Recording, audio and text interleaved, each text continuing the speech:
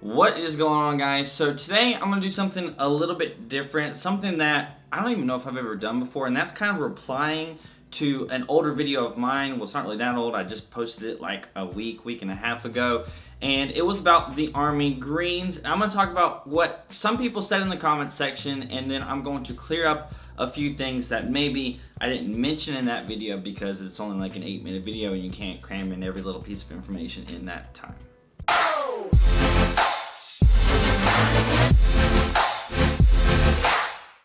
Okay, so the first thing that I want to cover is something that is a little bit of a misconception that some people might have pulled away from that video, right? So the new Army Greens is going to be the daily wear uniform, right? So it's going to be the daily wear uniform, but it doesn't necessarily mean that every single soldier is going to wear it every single day. It does mean that the majority of soldiers are going to wear it every single day, and one of those soldiers that's going to have to do it is myself. As an officer, pretty much officers are going to have to wear it, I mean, pretty much all the time, because, you know, we're not out, for example, what I'm going to talk about in the motor pool. So a lot of people are like, man, in the motor pool, like, I can't imagine, you know, wearing this or whatever, and that's just going to be ridiculous. And the answer is you're more than likely not going to have to, unless for some reason you don't have to go to the motor pool that day for whatever reason. But in general, it's going to be up to your commander. So your commander, whoever that is, they're going to decide whether or not you're going to wear like the ACU, the OCP uniform, or you're going to wear the Army Greens and all. Of course, if you are in a MOS that is going to be out in the field a lot, on a daily basis. If you're out in the field on basically, or if you're doing things that require you to get dirty on a daily basis, it's not like it'd be pretty much stupid for you to wear those Army Greens.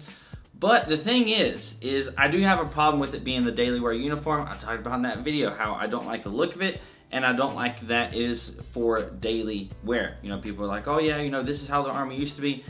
It's not kind of great for today's, you know, time, in my opinion. If you're in your Army Greens and then all of a sudden they want to do some training that requires you to go outside and, I don't know, lay down in the grass and stuff, like, that's just not going to be possible anymore, right? So we're not going to get some of that training that we normally would have gotten in the OCPs. So that's that one little misconception. If you have a job where, like, for example, you're going to be in the motor pool, more than likely you're going to be wearing the ACU uniform. Other than that, you know, if you're in an office type job, which is the majority of the military, then you're going to have to wear it. The other thing that I want to talk about is paying for the uniforms. Now, the thing that I thought was hilarious with this is a lot of people gave me a lot of crap for saying that officers have to pay for them. So obviously, if you guys didn't know, I'm in the reserves. I have to repeat that because there's a lot of people who are new to the channel. It's like, oh, I'm an officer, whatever. Officers get paid a lot more than enlisted soldiers. That's very, very true. The reason why it's a little bit different for me is reserve officers don't get paid more than, let's say, active duty enlisted soldiers. So let's say, for example, a second lieutenant in the Army Reserves makes, I don't know, $6,000 a year, and then they have to go and pay a couple $1,000s for uniforms whenever they commission. That's a different deal than an active duty second lieutenant who makes, I don't know, $35,000 a year, whatever it is, $31,000 a year, and then they have to pay a couple $1,000s in uniforms. That's like completely different, right? Whereas enlisted reserve soldiers still get their uniforms paid for. So that's kind of the thing there. So if you're a reserve or National Guard officer, paying for uniforms, which you still have to pay for everything that active duty officers have to pay for, is a bigger deal. So maybe a possibility for like a change for that could be to have some sort of small clothing allowance for reserve officers, or maybe, I don't know.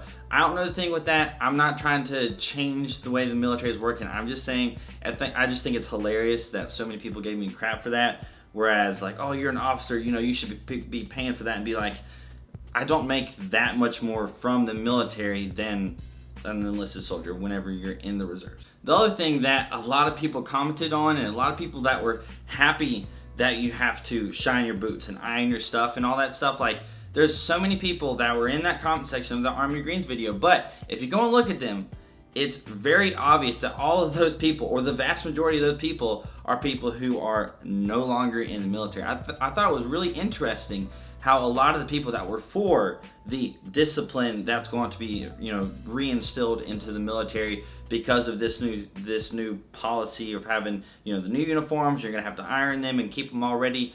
It's hilarious, in my opinion, that the majority of those people are not affected by this. Whereas if you look at it, a lot of people who are like, yeah, I like the look of this, but I don't like the idea of having to do, shine my boots and keeping all this ready to go on a daily basis.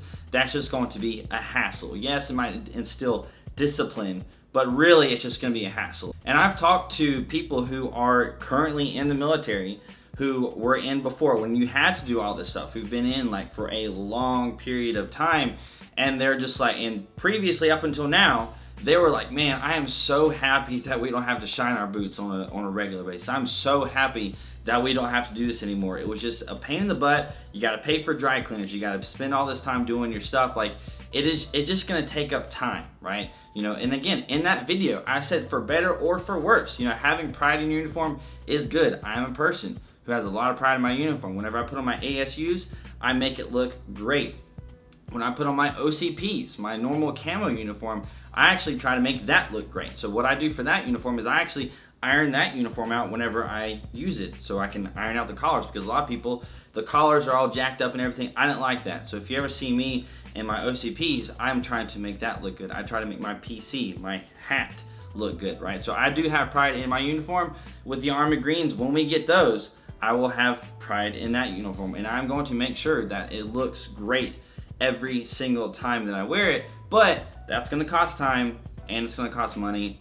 And for the people who are going to be affected by this, not the people who are going to leave comments on that video who are not affected by this, the people who are affected by it, for example me, if you had to give somebody a choice, do you want to do something that's going to take your time and take your money that you don't have to do right now? Of course, it's kind of a negative. So again, looking at the people who are affected by this, the majority of them, if they like the uniform, are like, I like the uniform, but I don't like the idea of having to spend money. If you're enlisted, because you're still gonna have to do it. If you're enlisted and you wear this every day, you're still gonna have to spend the time and spend the money to keep it, presentable. Now that's pretty much what I wanted to say for this video, which is clearing up the misconception about, let's say for example, in the motor pool, you have to wear the Army Greens. More than likely not. It's up to your commander to decide whether or not which uniform you're going to wear, right? Uniform wear, the uniform of the day, that's usually up to the commander to decide that. So that's something that I wanted to get out in this video. The other thing that I want to talk about is paying for them and how it's a little bit different for different types of people in the military.